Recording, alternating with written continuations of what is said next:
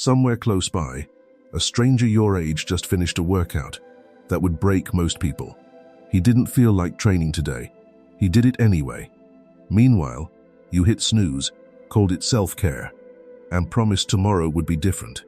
Tomorrow never came. Comfort used to mean safety. Now it's quietly become a cage, and you built every bar without noticing. Stay with me, because by the end, you'll understand why the safest choice you make today could trap you for years.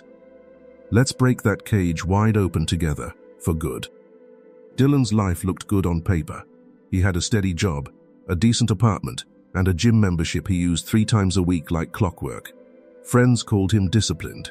His mirror disagreed. Every rep felt the same as the one before it.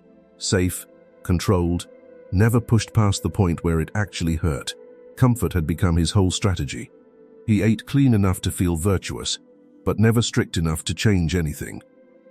He trained hard enough to sweat, but never hard enough to shake. Somewhere along the way, staying comfortable had replaced getting better as the actual goal. And he hadn't noticed the swap. 29 years old, and nothing in his life had cracked in over 2 years. Not his body, not his career, not his confidence. He told himself patience was the plan. Deep down, he knew patience had quietly turned into hiding. One Tuesday evening changed that. Dylan scrolled past a video of a man training in the rain, shirtless, exhausted, refusing to stop even as his legs gave out beneath him. The caption read simply, "Comfort is the enemy, pretending to be your friend." He watched it 4 times. Something about the man's face stopped him cold. It wasn't rage. It wasn't performance for the camera. It was calm, almost peaceful, like pain had stopped being a threat and become a doorway instead. Dylan couldn't explain why that unsettled him so deeply. He put his phone down and sat in the dark for a long moment. The apartment felt smaller than usual, like the walls had shifted an inch closer while he wasn't paying attention. For the first time, his safe little routine looked less like stability and more like a holding cell he'd built brick by brick. Denial doesn't collapse all at once. It cracks first, quietly, in a moment nobody else can see. This was Dylan's crack, and once it opened, it refused to close back up. He thought about every workout he'd ever cut short the second it got uncomfortable. Every diet he'd loosened the moment discipline stopped feeling good. Every version of himself he'd protected from failure by never truly testing it. None of it had kept him safe. It had only kept him small.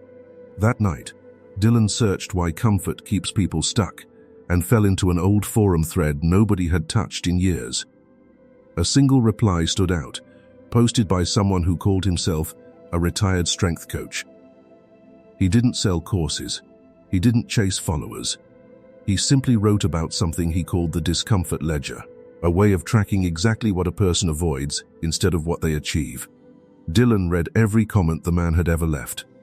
There was no hype in any of it, no promise of fast results, just blunt honesty about what real change actually costs.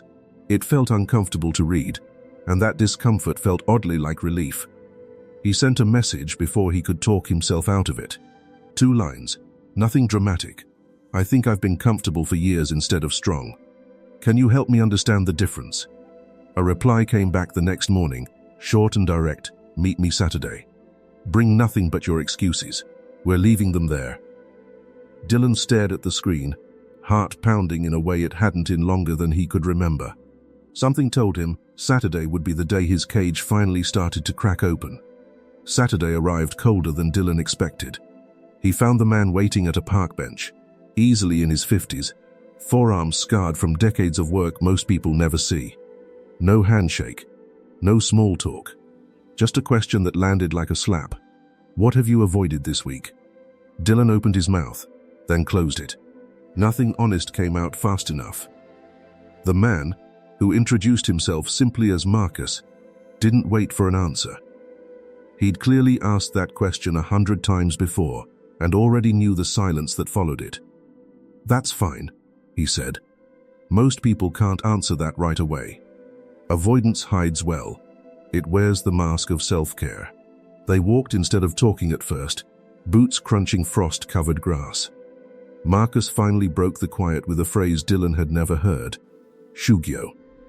He explained it came from old Japanese training halls, where monks and warriors used deliberate hardship, cold water, long fasts, brutal physical drills, not to punish the body but to strip away the illusions comfort creates. Comfort lies to you, Marcus said. It tells you rest is recovery when really it's retreat. Shugyo strips that lie away. You stop asking what feels good and start asking what makes you capable. Dylan asked the obvious question. Wasn't pushing through pain just reckless? Marcus shook his head. Recklessness ignores limits entirely. Shugyo respects limits, then deliberately stands right at the edge of them, again and again, until the edge moves. This wasn't just old philosophy dressed up as motivation. Dr.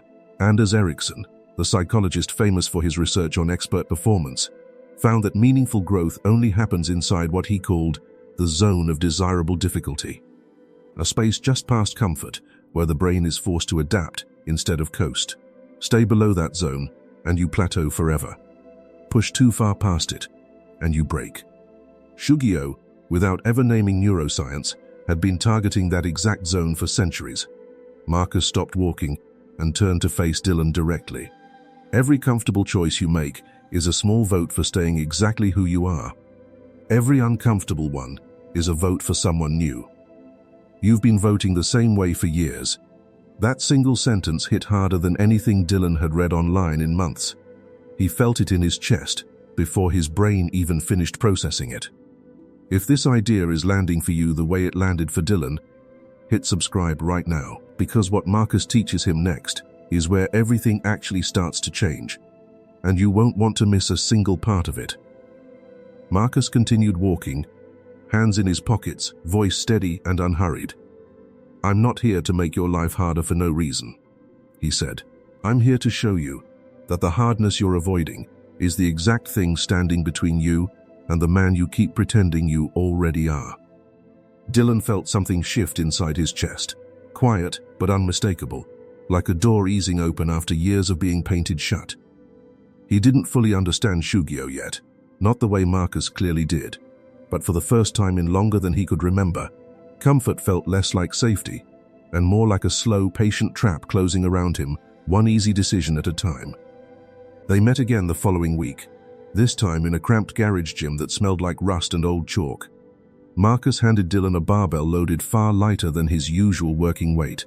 Confusion crossed Dylan's face before he could hide it. Heavier isn't always harder, Marcus said. Watch what I actually do before you judge it. He demonstrated a single rep, painfully slow, 4 full seconds down, a pause at the bottom, 4 seconds back up. No momentum, no shortcuts.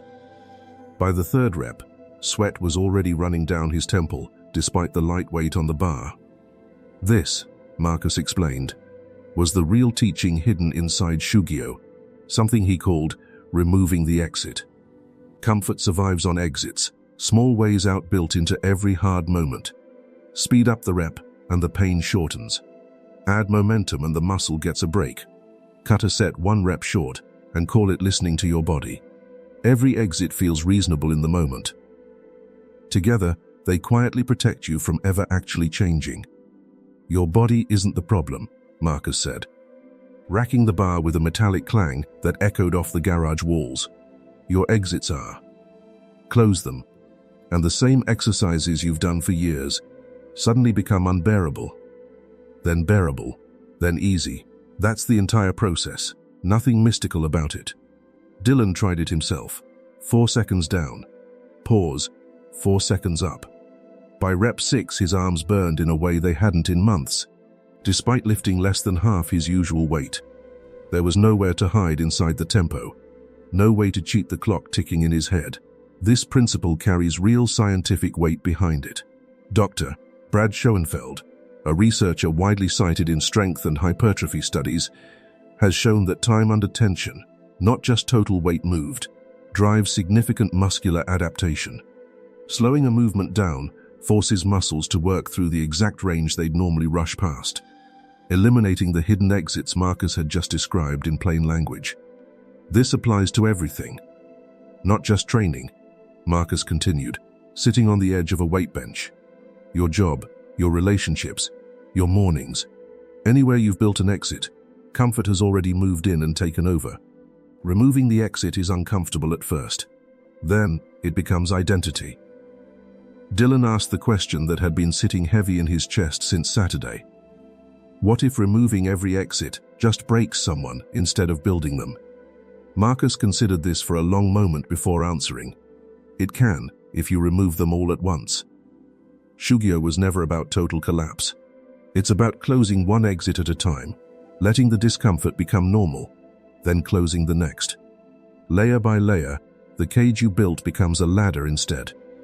Something clicked into place for Dylan right there in that garage, sweat dripping onto concrete, arms still trembling from 6 unglamorous reps.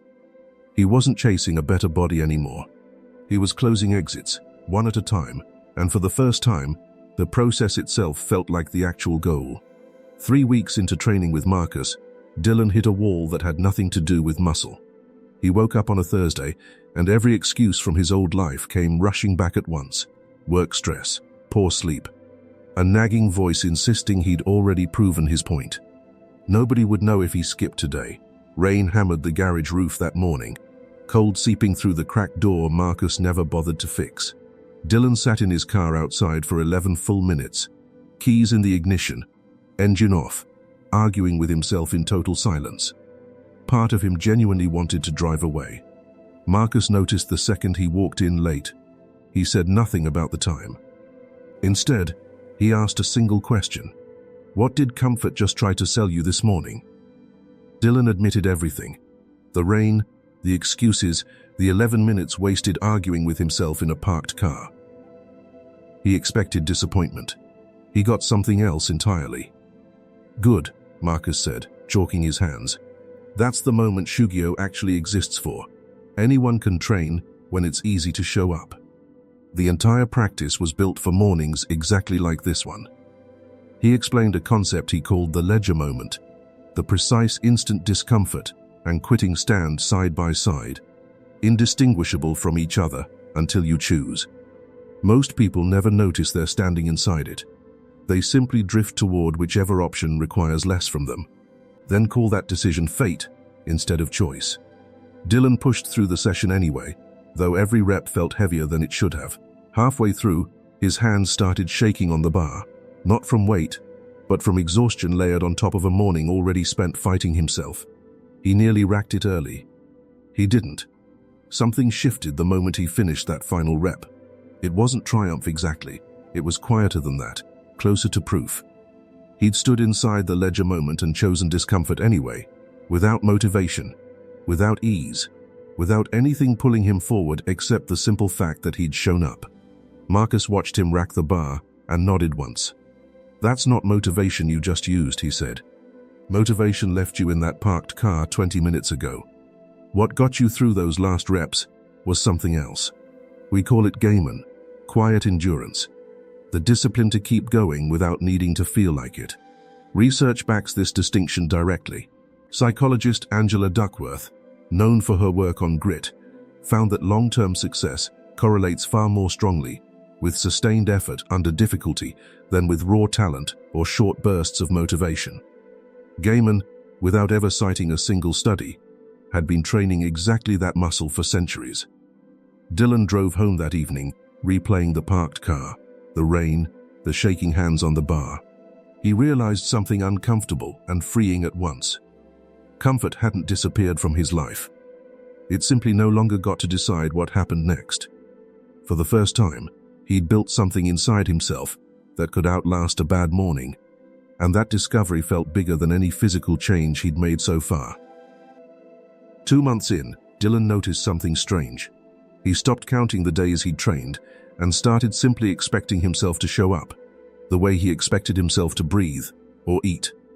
Training hadn't become easier exactly.